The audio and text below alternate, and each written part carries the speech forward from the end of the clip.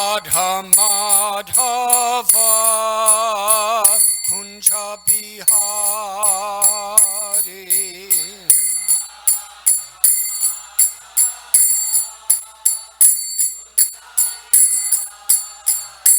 Jaya Radha Madhava Kunja Bihari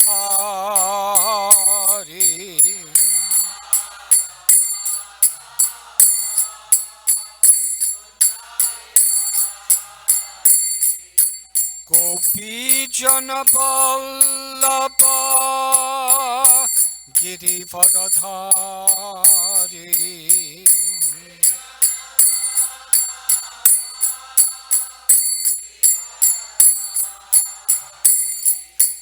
Gopi Jana Vallabha Girivardhari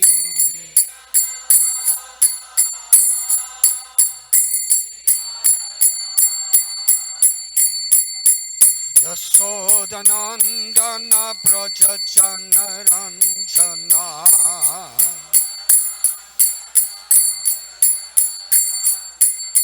Yasodanandana Prajajana Ranjana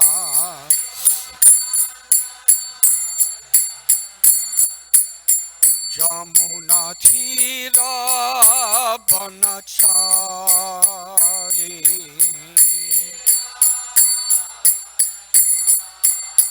Yamuna Thira Banachari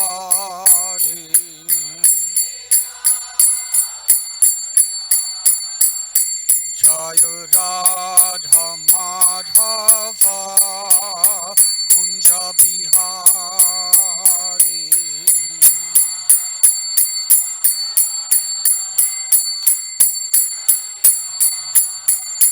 Jaya Radha Madhava Kunja Bihari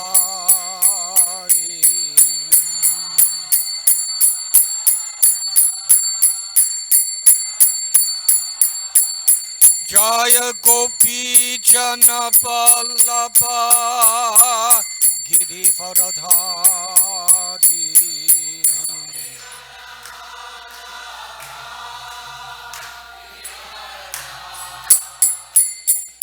Gopi Jana Vallabha Girivardhari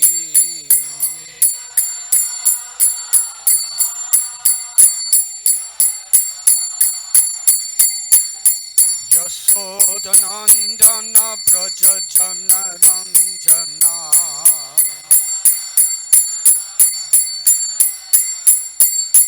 Yasodanandana Prajajana Ranjana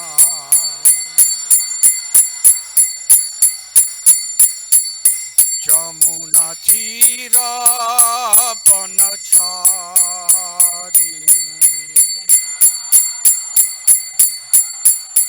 Yamuna Thira Banachari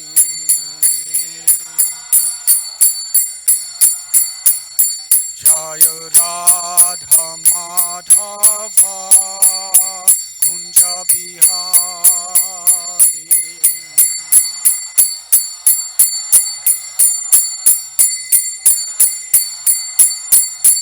Jaya Radha Madhava Kunja Bihari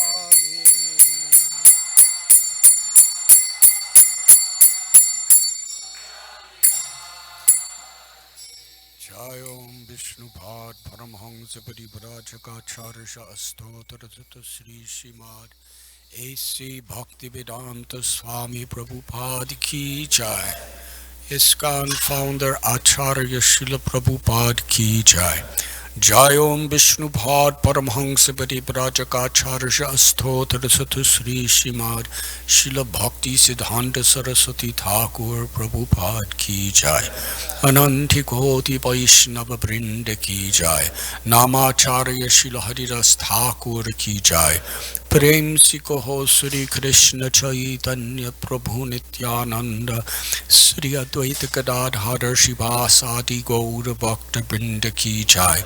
Shri Shri Radha Krishna गोप गोपीनाथ श्याम कुंद राधा कुंद गिरि गोवर्धन की जय। श्री वृंदावन धाम की जय।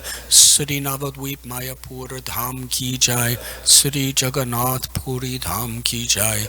श्री मथुरा धाम की जय। श्री द्वारका धाम की जय। न्यू द्वारका धाम की जय। गंगा मई की जय। यमुना मई की जय। भक्ति देवी की जय। तुलसी देवी की जय। समवेत भक्त वृंद की जय। श्री श्री रुक्मिणी द्वारकाधीश की जय। गौर Premanandi.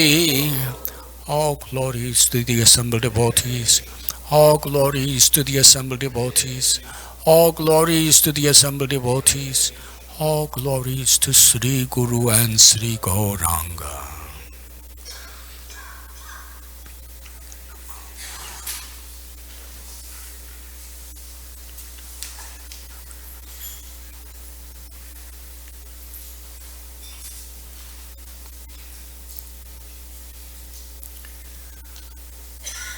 Om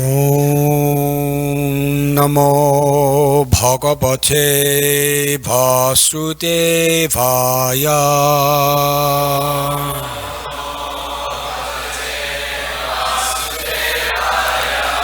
Om Namo Bhagavate Vasudevaya.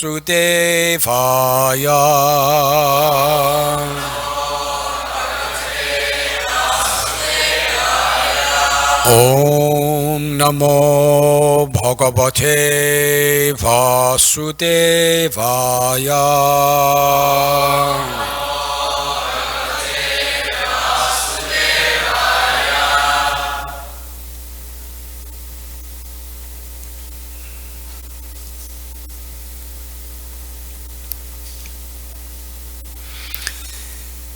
Evam samohayan Vishnu Vimoham Vishwamohanam Swayaiva Mayaya Jopi Swayam Eva Vimohitaha Evam samohayan Vishnu Vimoham Vishwamohanam Swayaiva Mayaya Jopi Swayam Eva Vimohitaha Evam samohayan Vishnu Vimoham Vishwamohanam Swayaiva Mayaya Jopi Swayam Eva Vimohitaha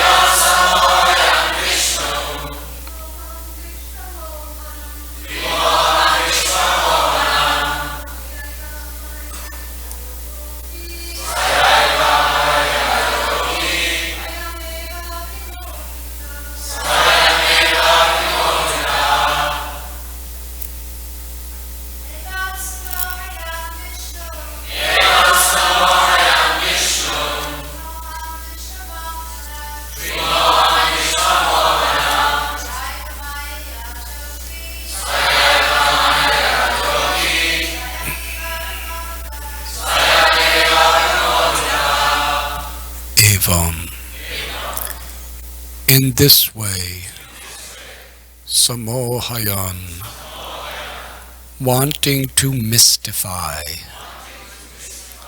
Vishnu, the all-pervading Lord Krishna,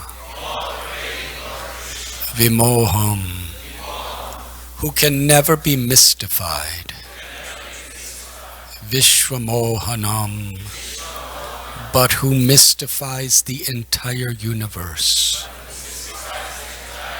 Swaya, by his, Brahma's own, Eva, indeed, Mayaya, by mystic power, Aja, Lord Brahma, Api, even, Swayam, himself, Eva, certainly, Vimohitaha, was put into bewilderment, became mystified. Thus, because Lord Brahma wanted to mystify the all-pervading Lord Krishna, who can never be mystified, but who, on the contrary, mystifies the entire universe, he himself was put into bewilderment by his own mystic power. Purport by His Divine Grace, A.C. Bhaktivedanta Swami Prabhupada. Brahma wanted to bewilder Krishna, who bewilders the entire universe. The whole universe is under Krishna's mystic power. Mama Maya Duratyaya. Lord Brahma wanted to mystify him. The result was that Brahma himself was mystified. Just as one who wants to kill another may himself be killed. In other words, Brahma was defeated by his own attempt. In a similar position are the scientists and philosophers who want to overcome the mystic power of Krishna. They challenge Krishna, saying, "What is God? We can do this, we can do that." But the more they challenge Krishna in this way, the more they are implicated in suffering. The lesson here is that we should not try to overcome Krishna. Rather, instead of endeavoring to surpass him, we should surrender to him. Sarvadharman parityaja mam ekam sharanam braja. Instead of defeating Krishna, Brahma himself was defeated, for he could not understand what Krishna was doing. Since Brahma, the chief person within this universe, was so bewildered, what is to be said of so-called scientists and philosophers? Sarvadharman parityaja mam ekam sharanam braja. We should give up all our tiny efforts to defy the arrangement of Krishna. Instead, whatever arrangements he proposes, we should accept. This is always better, for this will make us happy. The more we try to defeat the arrangement of Krishna, the more we become implicated in Krishna's Maya. Daivihi shuguna mai, mama Maya duratyaya. But one who has reached the point of surrendering to the instructions of Krishna, mameva me prapadyante, is liberated, free from Krishna Maya. Mayam etam tarantite. But one who has reached the point of surrendering to the instructions of Krishna, mameva ye prapadyante, is liberated, Krishna, free from Krishna Maya. Maya meta tarantite. The power of Krishna is just like a government that cannot be overcome. First of all, there are laws, then there is police power, and beyond that is military power. Therefore, what is the use of trying to overcome the power of the government? Similarly, what is the use of trying to challenge Krishna? From the next verse, it is clear that Krishna cannot be defeated by any kind of mystic power. If one gets even a little power of scientific knowledge, one tries to defy God. But actually no one is able to bewilder Krishna. When Brahma, the chief person within the universe, tried to bewilder Krishna, he himself was bewildered and astonished. This is the position of the conditioned soul. Brahma wanted to mystify Krishna, but he himself was mystified. The word Vishnu is significant in this verse. Vishnu pervades the entire material world, whereas Brahma merely occupies one subordinate post. Yasyaika nishvashitakalamatavalambhya jivanti loma vilaja jagarandanatha. Brahma Samhita 5:48. The word Natha, which refers to Lord Brahma, is plural because there are innumerable universes and innumerable Brahmas. Brahma is but a tiny force. This was exhibited in Dwarka when Krishna called for Brahma. One day, when Brahma came to see Krishna at Dwarka, the doorman at Lord Krishna's request asked, "Which Brahma are you?" Later, when Brahma inquired from Krishna whether this meant that there was more than one Brahma, Krishna smiled and at once called for many Brahmas from many universes. The four-headed Brahma of this universe then saw innumerable other Brahmas coming to see Krishna and offer their respects. Some of them had 10 heads, some had 20, some had 100, and some had 1,000,000 heads. Upon seeing this wonderful exhibition, the four-headed Brahma became nervous and began to think of himself as no more than a mosquito in the midst of many elephants. Therefore, what can Brahma do to bewilder Krishna?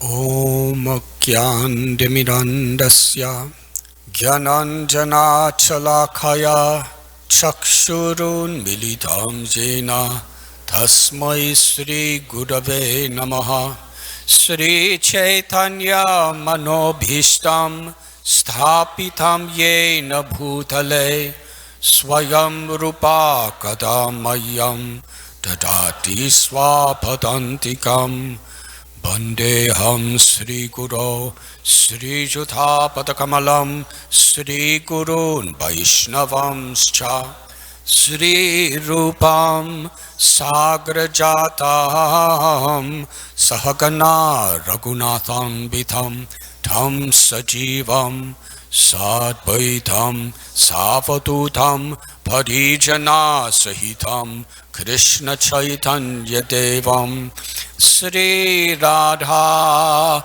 Krishna Padan Sahagana Lalita Sri Vishakan Bitamscha He Krishna Karuna Sindhu Dina Bandhu Jagatpate Gopesha Gopika Kanta Radha Kanta Namostate Tapta Kanchana Gaurangi Radhe Vrindavaneshwari Vrishabhanu Sute Devi Pranamami Hari Priye Vansha Kalpatarubhyascha Kripa Sindhubhya Evacha Patitanam Pavanebhyo Vaishnavebhyo Namo Namaha.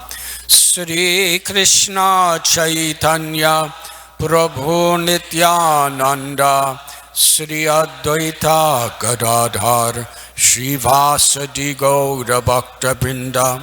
Hare Krishna Krishna Krishna Hare Hare, Hare Rama Rama Rama Hare Hare.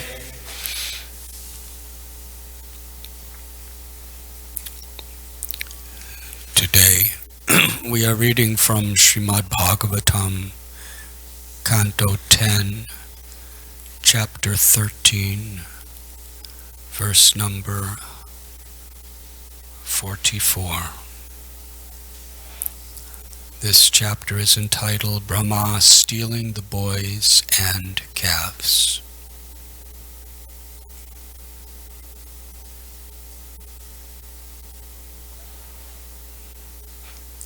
The historical passages of Srimad Bhagavatam are especially spoken by Shukadeva Goswami for the singular purpose of attracting our hearts once again to the loving service of Sri Krishna. This material existence has limitless distractions. Daivi yeshugumna mayi mama maya duratyaya mamevam ye prapadyante mayam eta taramti te. Srila Prabhupada in this wonderful purport has cited this verse from Sri Bhagavad Gita. The three modes of material nature, Sattva Guna, Rajaguna, Tamaguna, are so complicated, so powerful, that activated by time, everything within the creation is under their control. Maya is very strong. Srila Prabhupada explains that this Maya potency is Krishna's own potency. Maya dyakshena prakriti suyate sacharachara. Therefore it is unconquerable, undefeatable. Whatever our intelligence, whatever our physical or mental or yogic strength may be, we are insignificant in the face of Krishna's insurmountable material energy. The comparison is given of a vast ocean. An ocean that has no shores, an ocean that has no bottom. And we, whoever we are, we're trying to swim across that ocean. Even an Olympic swimmer, or a little child who's just barely taking the first strokes of swimming lessons, there's really no difference when you're faced with the ocean.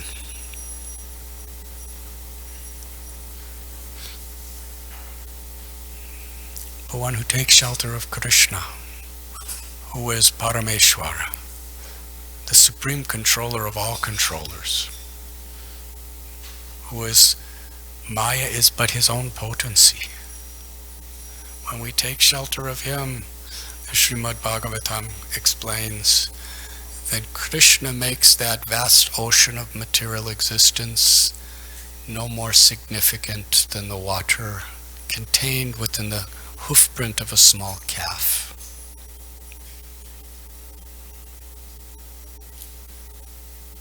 But yet, even Krishna comes again and again to teach this simple lesson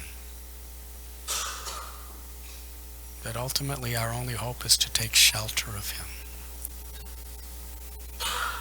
to surrender. Still, we're thinking there's some alternative. The Srimad Bhagavatam is describing different people under different modes of nature and in different states of consciousness who developed tremendous powers. And yet, were defeated. We have Hiranyakashipu.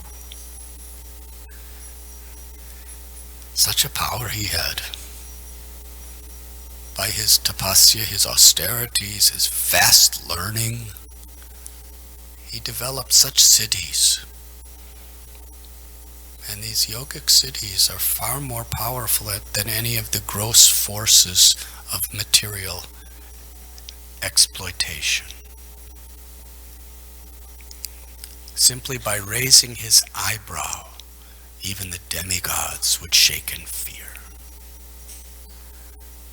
Whoever we are, go ahead and raise your eyebrow and see what happens. Nobody cares. Hiranyakashipu was so powerful.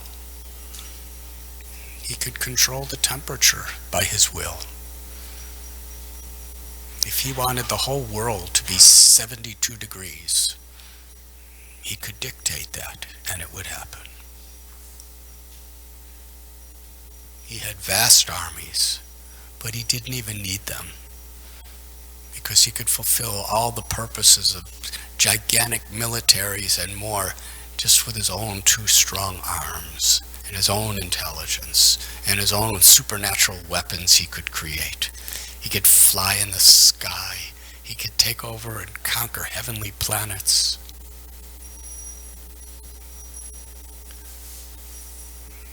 But it's described he could never find happiness because he couldn't control his own mind and senses. Krishna humiliated him so much and taught the world such a lesson. The little tiny Prahlad, who's only 5 years old, who's not recorded to have any mystical powers at all. He didn't have strength, physical strength that was at all impressive. But he took shelter of Krishna. He depended on Krishna. Therefore, Abhay Charanadavindare, he was completely fearless. Hiranyakashipu, even though he had every resource to defend himself beyond anybody in history, he was always afraid. He was always suspicious.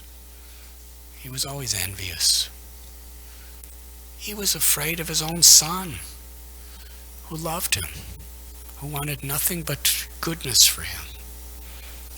Prahlad was so respectful to his father. And this is what caused such fear in his father. That my son, no matter what I do to antagonize him, I can't get him to become angry at me. No matter how much I hate him, I blaspheme him. I try to abuse him by murdering him in the most terrible, torturous ways. I cannot get him to even dislike me. He's still offering his obeisances to me. He's still giving me instructions of what he thinks is good for me because he loves me. I can't get rid of his love. At least some emotion of negativity toward me. He couldn't even get that from Prahlad. And ultimately, this great conqueror was thinking, because I cannot conquer him, he will conquer me. He's seeing the world through his own eyes. That's the way life is. According to our consciousness, we superimpose our state of mind on everyone and everything. Bandita Samadarshana. A devotee who sees their own eternal soul, who sees Krishna within their heart, sees that Krishna is in everyone's heart, sees the potential of goodness in everyone. But a person who is exploitative and fearful of imminent death, Hiranyakashipu got benedictions that really, he was practically convinced he would never die. So many benedictions. But yet, he was still afraid of death. There's just no arrangement that we could make in this material platform to free ourselves from suffering and fear. But if we surrender to Krishna, by Krishna's own sweet will, he takes us above it. So yes, we read about Hiranyakashipu. He made every kind of material effort. And Hiranyaksha, and Ravana. And then we have, these are Asuras, who really considered God their enemy, and devotees of God great threats. But then Srimad Bhagavatam talks about great devotees who also get caught up in this attachment to worldly opulences and become bewildered. For instance, Indra. Indra's a great devotee. He's entrusted with such an incredible service by Krishna. And Krishna somehow or other utilizes him to teach the world. He's a devotee, but he was insulted by Krishna. His ego was in such a state that when Krishna told Nanda Maharaj and the other Gopas, worship the cows, the Brahmins, and Govardhan Hill instead of Indra. After all, who is this Indra? According to our karma, he has to send rain. If we have not good karma, then he's not going to send rain. He's just obliged. You make a purchase and you get what you deserve. We're pious people. We take care of the cows, so the rains will come. Our cows are eating such luscious grasses from Govardhan Hill and drinking its nectarine waters. We should just worship Govardhan Hill and the cows. That was an insult to Indra, because he was accustomed to getting that. He was habituated to getting that respect. Krishna tells in Gita, for one who's been honored, dishonor is worse than death. If you've never really been honored, being dishonored doesn't hurt so much. But Indra was habituated to the honor and respect that he was getting due to his great power and position. And when it was taken away, he lost his intelligence and decided to destroy the whole of Vrindavan with torrential rains. So Krishna, he didn't just want to humble Indra, he wanted to humble everyone who reads this pastime. What is our role next to Indra's? So Krishna lifted Govardhan Hill with the little finger of his left hand and held it up for 7 days. And by his mystifying potency, Indra was sending the highest, most powerful winds, tornadoes, cyclones, massive samvartika, clouds, rains of devastation. He could not remove a single leaf from a single tree on Govardhan Hill. He could not move even slightly a single grain of sand or dust from Govardhan Hill. And even the animals that were on top of the hill, what to speak of everyone underneath, they were all smiling. They were happy. And Govardhan Hill, instead of being devastated by these thunderbolts, heavy thunderbolts, Indra was throwing the biggest and best thunderbolts to try to destroy that mountain. And Govardhan Hill, the more rain, the more thunderbolts, the more thunder, it just was becoming more and more resplendent, illustrious, and beautiful. Because it was touched by that little tip of Krishna's finger. Paramdrisvani Vartate. That little touch of that little fingertip was so blissful to Govardhan. He didn't even notice all the stuff that was going on top. It was insignificant in comparison. He was being touched by Krishna. So Indra was a devotee, but devotees get caught up too. Otherwise, why would Krishna stage these stories in his pastimes? Here we find Brahma. Brahma's the guru of Hiranyakashipu. He gave him his powers. Brahma's the father. Brahma is the father of Indra. What is his potency? He's Atmabhu. He's born directly from Lord Vishnu from a lotus flower.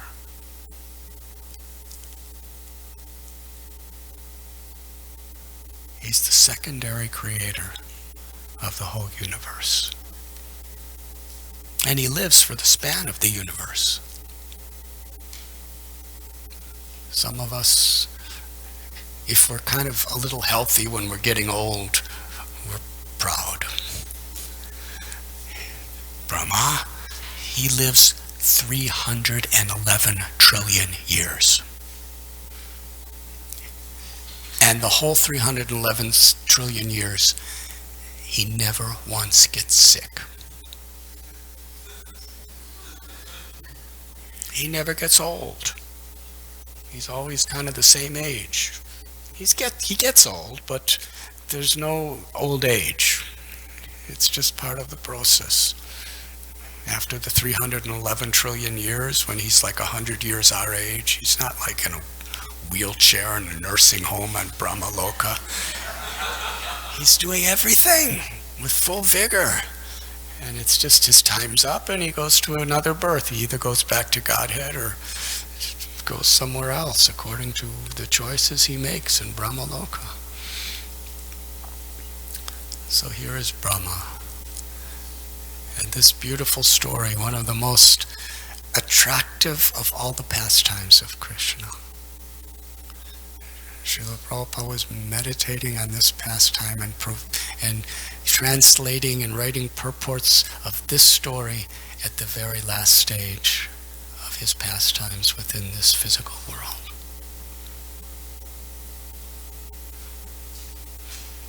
And in this beautiful purport, Srila Prabhupada is talking about scientists and philosophers.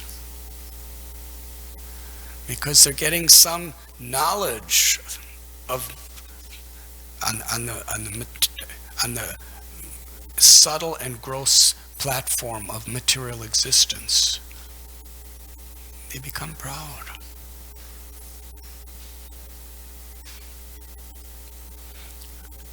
But of all powers, the yogic mystical powers are the greatest. Srila Prabhupada explains, we can make nuclear weapons, but we read about someone like Ashwatthama. By his yogic powers, the Brahmastra has the power of all our nuclear weapons, but so precise. Just chant a mantra. You don't have to, there's no pollution in it. Isn't that amazing? More powerful than a nuclear weapon, you don't have to get all that, what is it? Just those ingredients, uranium, and you don't have to have those big giant processors just chant a mantra. And chant a mantra and massive. And it's so precise.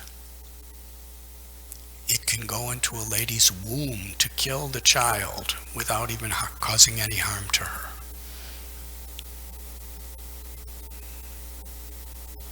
That's science.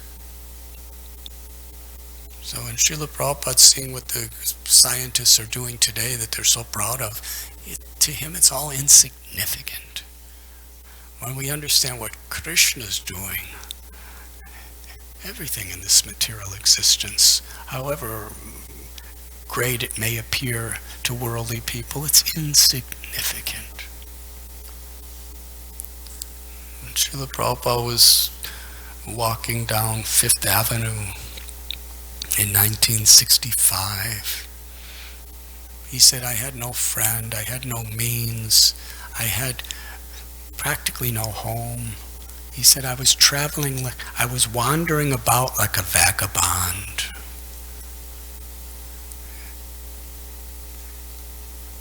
He had just had heart attacks. He was over 70 years old.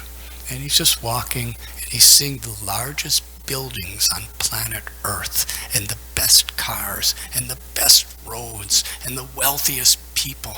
So much power, so much prestige, so much glamour.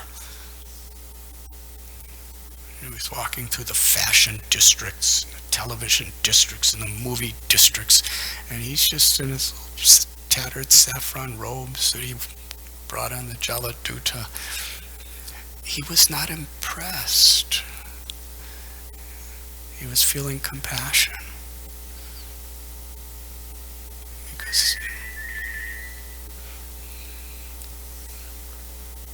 Because he was in tune with Krishna, with Krishna's opulence, with Krishna's potency.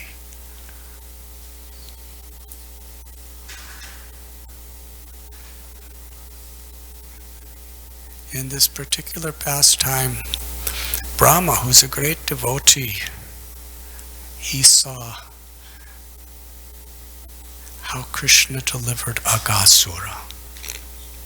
Incredible story. This terrible demon appeared as a huge snake by his mystical powers. It's not that he is a snake, but he could assume that form. That snake's mouth was so big, his lower lip was on the earth and his upper was in the clouds. And his intent on behalf of Kamsa, and also because Putana was his sister, he wanted to get personally, he wanted to get revenge. This Krishna killed his sister. And at the same time,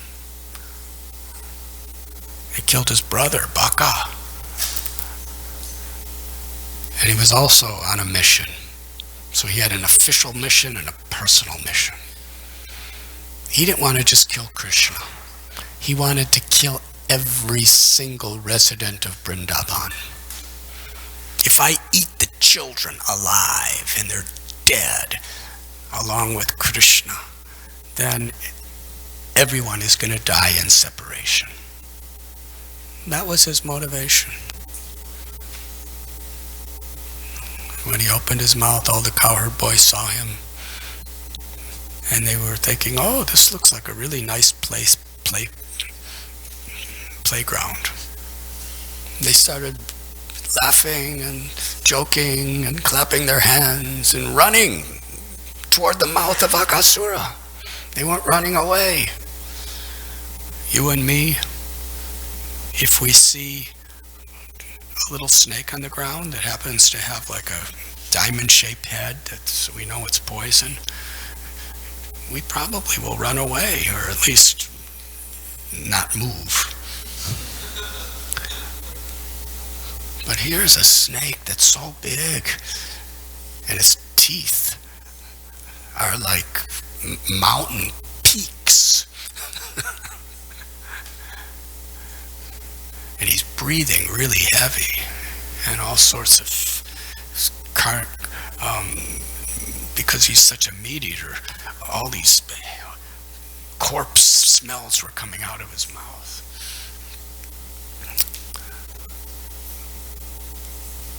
They were just talking among each other. Who is this? What is this? Looks like a nice playground. And somebody else said, no, it looks like a big snake. It's coming to eat us. And they said, well, let's go in. Krishna will save us. And one boy started running away, and the other boys say, don't you have faith in Krishna? We're not going to play with you if you're afraid. Come. And then he's, okay, I'll come. They all ran in his mouth. And Krishna's watching. He's thinking, how am I going to kill this snake when everybody's in his mouth? Everybody's in his body. How do you kill somebody without killing everybody inside of him? This is quite a situation with so many subtleties. And then he closed his mouth after Krishna went inside. Krishna expanded himself. You see, in Krishna's Leela, up until this point, Krishna never changed his form or used any weapons, because he didn't want to interfere with the loving reciprocations he had with his devotees.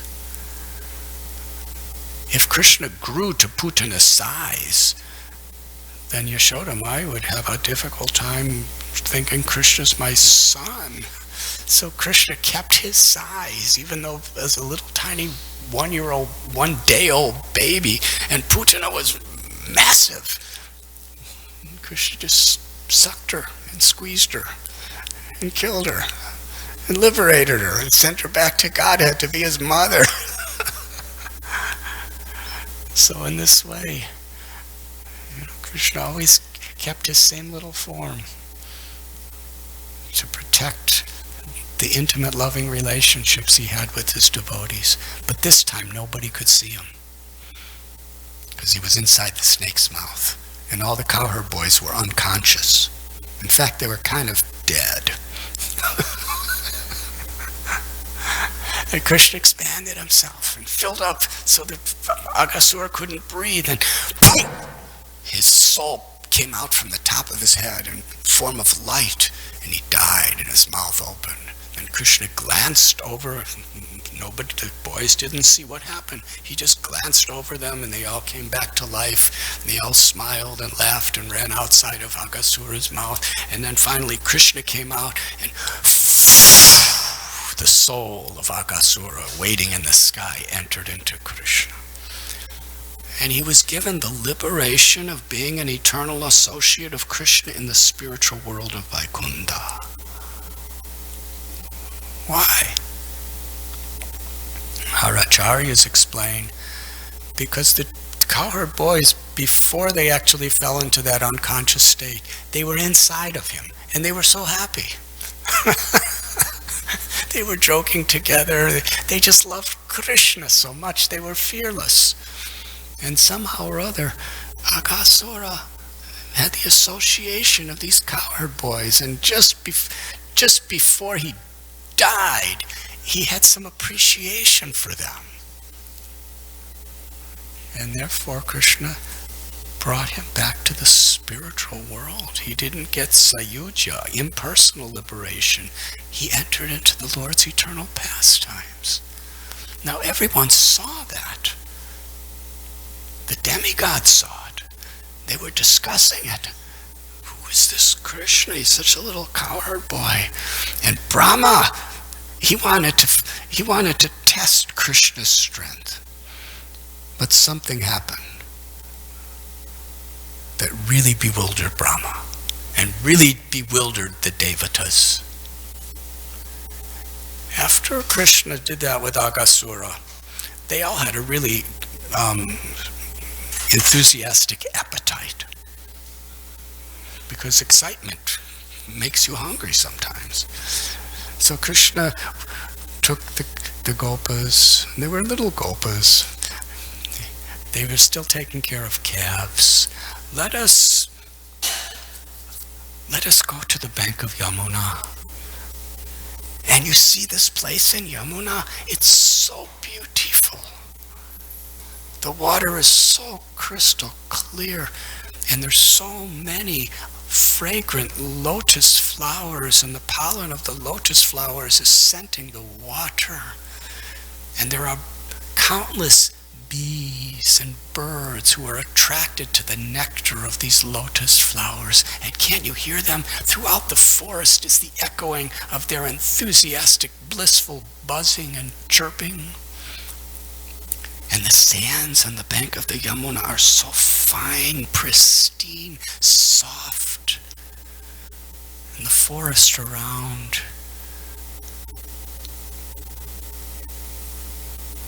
Nature's beauty is so beautiful. Let us take our lunch and have picnic here. And the cowherd boys, seeing how Krishna was so pleased, seeing how Krishna was enjoying the atmosphere so much, they were enjoying. And seeing how they were enjoying, Krishna was enjoying. That's Vrindavan. It's ever-increasing happiness. Because Krishna's happiness increases when he sees his devotees are happiness, and his devotees their happiness increases when they see Krishna's happiness, and then Krishna's when the devotees, and every moment is never ending like that.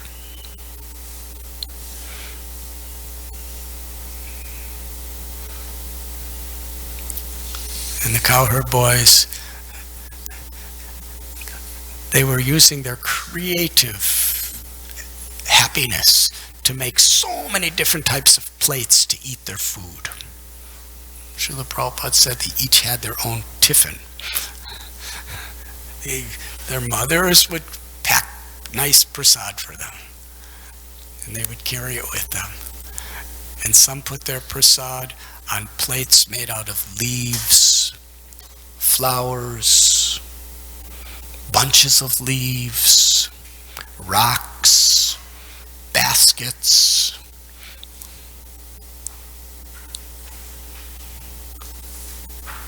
And they were all showing each other their different preparations and tasting each other's preparations. Now we read about this and we kind of enjoy it, but for the demigods this is something really, really bewildering. Because the devatas, they worship the supreme absolute truth, the personality of Godhead, in Aishwarya Bhav. Majestic. He's the King of Kings. He's the supreme, ultimate, powerful Father of all beings. He's Yagyabhuk, which means he doesn't accept anything but offerings of love and devotion in the form of sacrifice. And when Brahmins do yagyas, they follow many, many rules and regulations to make sure it's perfect. And just like even when we cook for Krishna, we don't taste the food before we offer it to Krishna. And similarly, when the devatas and the Brahmins are performing these yagyas, these sacrifices, it's not that they, put the ghee on a chapati and eat it and then offer the ghee to... No, that would be an offense. Offer it to Vishnu. Every mantra has to be precisely recited. Every offering has to be exactly the right offering in the right place at the right time, offered by the right people. And here is that Vishnu, and he's sitting with his friends, and one friend says, Krishna, this samosa is really good. Would you like to try it? And the cowherd boy takes a bite out of the samosa and chews it and takes another bite and says, Krishna, try this. And Krishna takes that same samosa and eats it. And he's smiling and saying, yes, this is very, very nice. And one boy, Madhu Mangal, has a laddu, and he takes a bite out of the laddu, and he says, Krishna, this is a really good laddu. And somebody else takes it, let me taste it. And they taste it and said, Krishna, this really is a good laddu. Taste it. And then Krishna eats the laddu. And all the boys, they're not chanting mantras. They're not saying, Om Vasudevaya Swaha. They're just eating and giving it to Krishna, and they're joking and laughing. And Brahma's thinking, this is God? This is Para Brahman? He's just playing with children, and he's eating their remnants. I have to test this Krishna. So he allured the little calves with very nice grass. They went deeper and deeper into the forest. Then he stole them all. At least he thought he did. And when the Gopas saw that the calves were not there, they became very much afraid for the calves. And Krishna said, no, we are enjoying nice picnic, and you continue eating.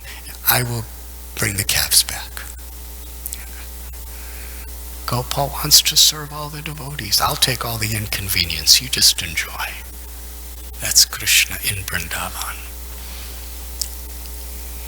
So he went to the mountains and to the valleys and to the forests, and he didn't see his calves anywhere. Then he came back, and all the Gopas were gone. And Krishna was thinking, Brahma has done like this. But it was time for them to go home. So Krishna simply, within a moment, he didn't have to go to a laboratory and invent all sorts of, alternative ways. In a moment, he manifested himself as every calf and every gopa. Exactly. Every ornament, every hair on their heads. The calves too. They have a lot of hairs. They were all identical to the original.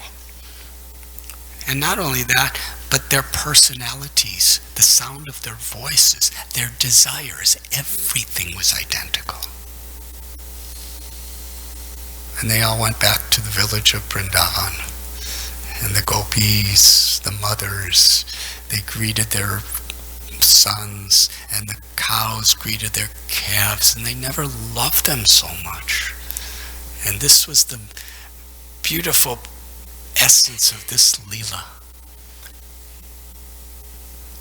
In Vrindavan, no one's envious. Everyone celebrates everyone else's good fortune. Everyone loved Krishna more than they loved their own children. And they really loved their own children.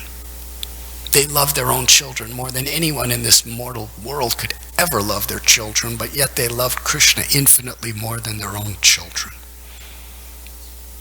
Which really fascinated Maharaj Parikshit, because that's just not human nature. But today, when they all came back in the evening, they all loved their own children just like they loved Krishna. And they didn't even know that their children was Krishna. They were so much happy with Nanda and Yashoda's good fortune. But somewhere in their hearts, they wished that they could also serve Krishna like Nanda and Yashoda. Not with envy, not with competition, but simply with, they appreciated Nanda. It was an expression of their love and appreciation for Nanda and Yashoda. And Krishna fulfilled all their desires. Every cow, every elder Gopa and Gopi, they got Krishna to be their son. and how happy they were. Not only did they love Krishna, or they loved their own children as much as Krishna, but even beyond, they loved every other child as much as they loved their own child, because every child was Krishna. Every cow loved her calf so intimately, and loved every other calf just as intimately, because everyone was Krishna. Ever increasing. The cows would just, so much nectar of their motherly love would come through their milk, and they would be licking their little calves, almost like licking them up and licking them up, and they would, so much love, and tears would be flowing from the cow's eyes. And Krishna was drinking the milk from the breast of every motherly gopi. It was like nectar to him, and it was like nectar to them. This went on for 1 full year, and no one had any suspicion that there was anything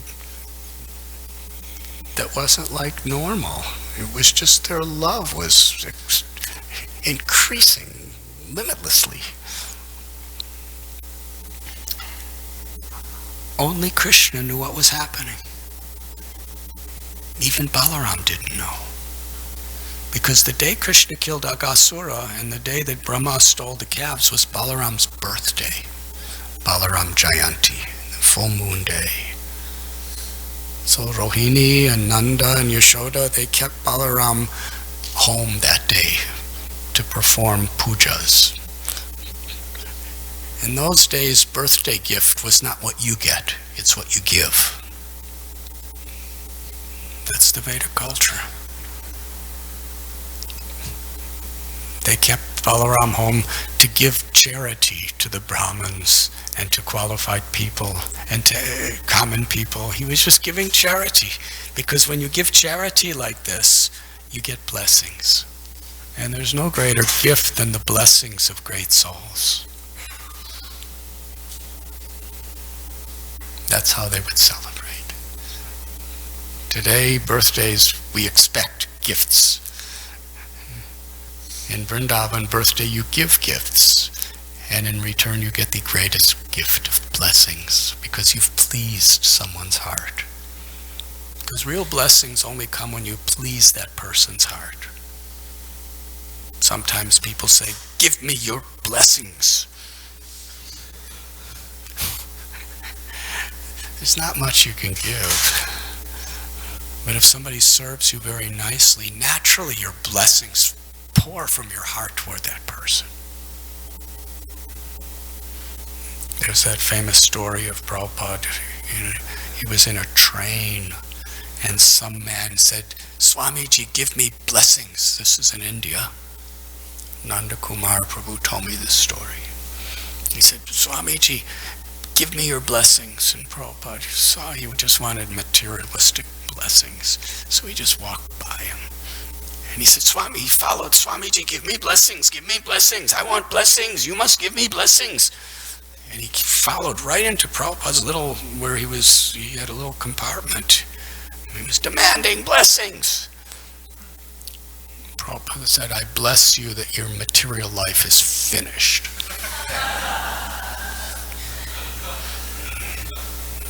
The man actually fell to the ground. He collapsed. He said, "No, Swamiji, not that blessing. I don't want that blessing. Give me another blessing." He was really shaken. And Prabhupada just, closed the door, and that was the end of it.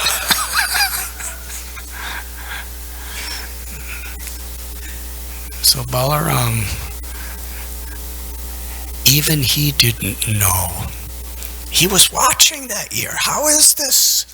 That famous episode that culminates here, where the calves, the grown-up calves, they're kind of a little older. The cows already had another calf, and the calves are on the top of Govardhan Hill, and they see their mothers, and and the mothers see their calves, and the cows start running as if they have one set of legs. They're galloping down Govardhan Hill with all the rocks and all. The cowherd men are extremely worried about the cows. They're trying to control them, and they can't control them, and they're running after them. And when the cows come to their calves, they're licking them and giving milk to them. And the cowherd men were very embarrassed what happened. But then they saw their sons, who were all Krishna, but they didn't know he was Krishna, and their tears started flowing from their eyes, and they embraced their sons and smelled their heads and were totally happy. And Balaram, seeing this, everyone loves their children just like they love Krishna. How is this? And then Krishna revealed everything to him. And that was just 5 or 6 days before the end of 1 full year. And in this verse we find Lord Brahma. One moment for him, because Prabhupada in purport says Brahma knew that he was playing with fire. He was testing Krishna. So he just waited one moment. But it's a year by our time. It was Balaram's birthday. Brahma came down to see what effect his manipulation was having. And he saw everything was exactly the same. There were the same calves and the same gopas and the same Krishna, and they're all playing.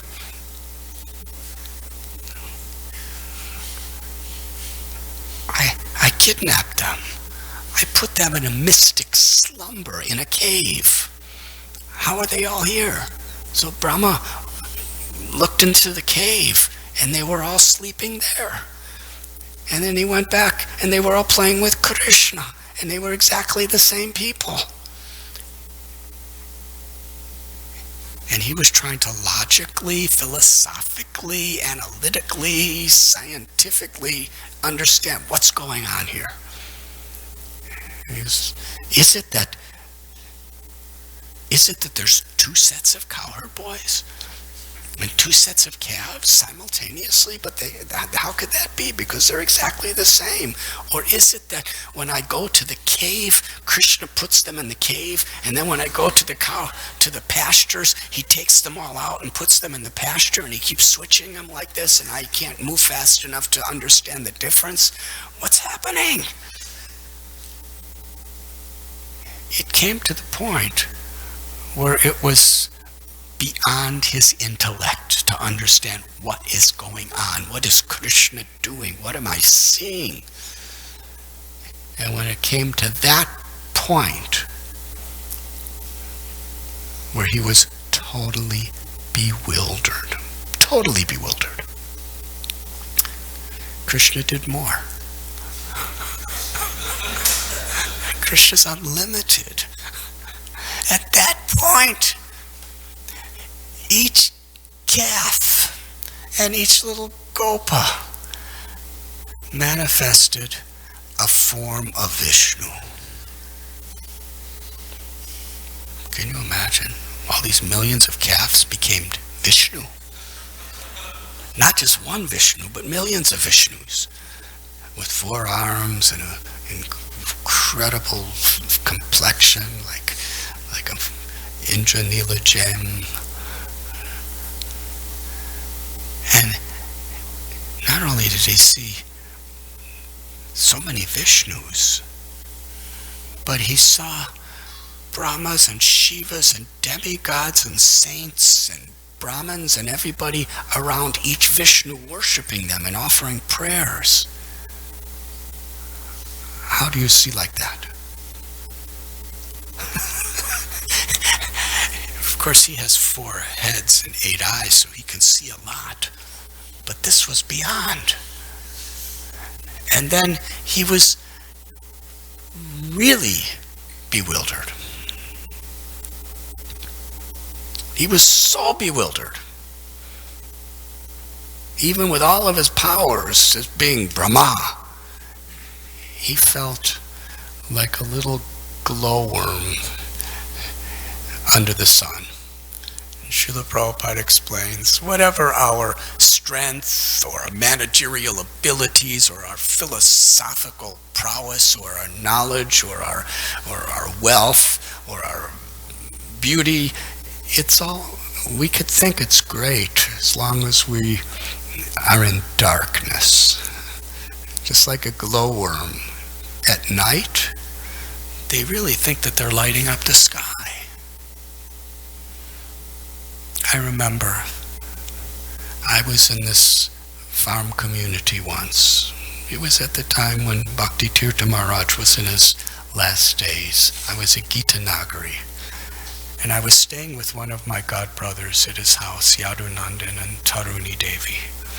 And one night it was like a moonless night, so it was really dark, and there were so many glowworms. And they really light up the sky. It looked so beautiful. There were thousands. I don't know if there were thousands, but there was a lot of them. And they light up. They go like, and then they become dark again. And the light is magnificent. And I was remembering this analogy of Prabhupada in the dark night, the glowworm. Each glowworm is thinking, I am illuminating the entire sky. And I was enjoying it until Yadunandan said, do you know what they're doing?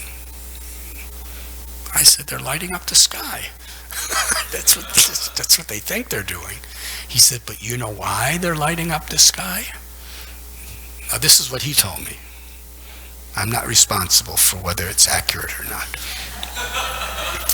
He said those are the male glowworms, and they're lighting up the sky to show their prowess to attract female glowworms so that they could enjoy with them. I said, really, that's what it's about? I said, why did you have to tell me that? I was really enjoying it. I'm a sannyasi. I'm not allowed to watch it anymore.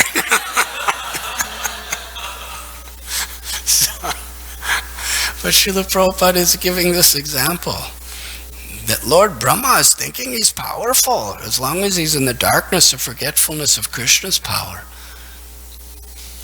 But when he's with Krishna, when he's face to face with Krishna's inconceivable Yogeshwara mystic powers, then he's like a glowworm in front of the midday sun. Simply insignificant. In fact, the sun is the source of the glowing power of the glowworm. Srila Prabhupada uses here this beautiful example. Brahma was considering himself like a mosquito in a herd of elephants when Krishna showed him what other Brahmas can do. So now Brahma, he's seeing all these Vishnu forms, limitless Vishnu forms, with limitless people worshiping Vishnu. And now he's at a new peak of bewilderment, vimohan. And at that point, when it just couldn't get any more, apparently, then everything changes. And suddenly, it's just Krishna standing alone, looking for his calves. Little Gopal Krishna, and he's still holding that same yogurt with rice and Prabhupada says suitable fruit in his fingers. The same yogurt and fruit that he was holding a year before. It didn't get spoiled. It was Navayovanam. It was ever fresh. Krishna's standing there with this little fruit salad and yogurt in his hand, looking for the cows, and Brahma understood, this is Krishna.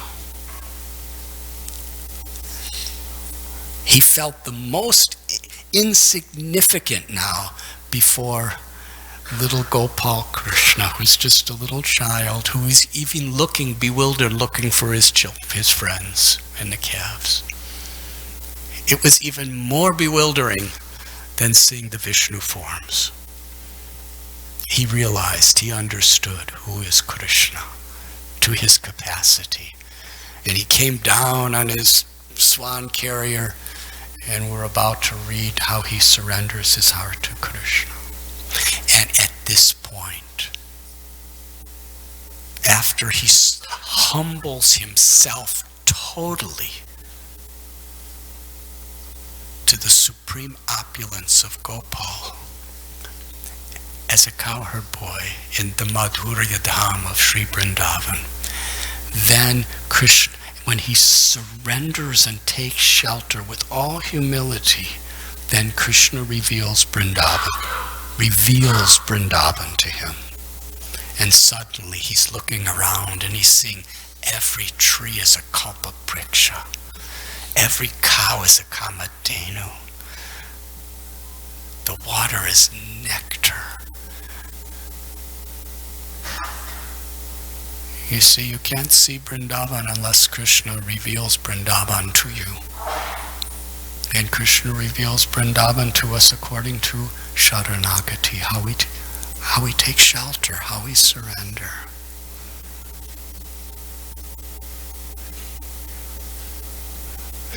These are some of the lessons we could learn from this beautiful story. Srila Prabhupada, of course, in this purport, he's talking about the philosophers and the scientists who think they can manipulate material energy nicely. You know, we could make really big buildings and we could make things so small, where we can have like so much data in a little, what do they call, chips? Chips? Yeah. It certainly is wonderful. And a devotee can enjoy it by thinking, just see how Krishna is empowering little humans to do all these things. The problem is not in developing the technologies to invent these wonderful things. The problem is when we think that we're the doer and we think we have the right, with the power we have, to exploit the resources of nature or exploit others. That is illusion.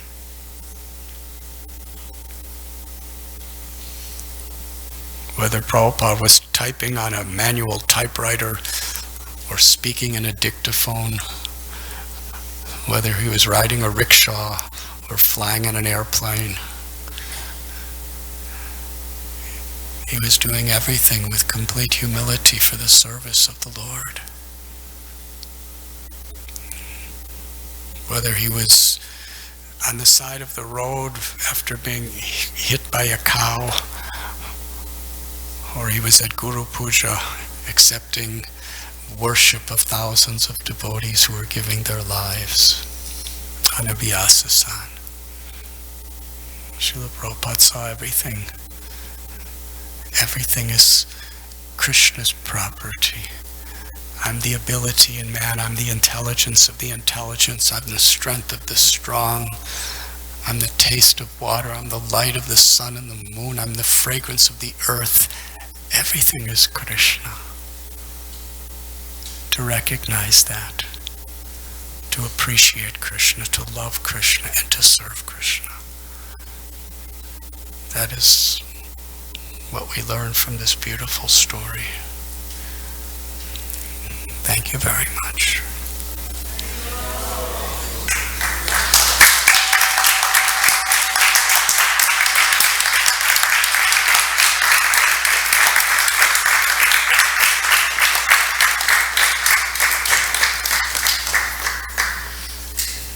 Hari Hari. Srila Prabhupada ki jai.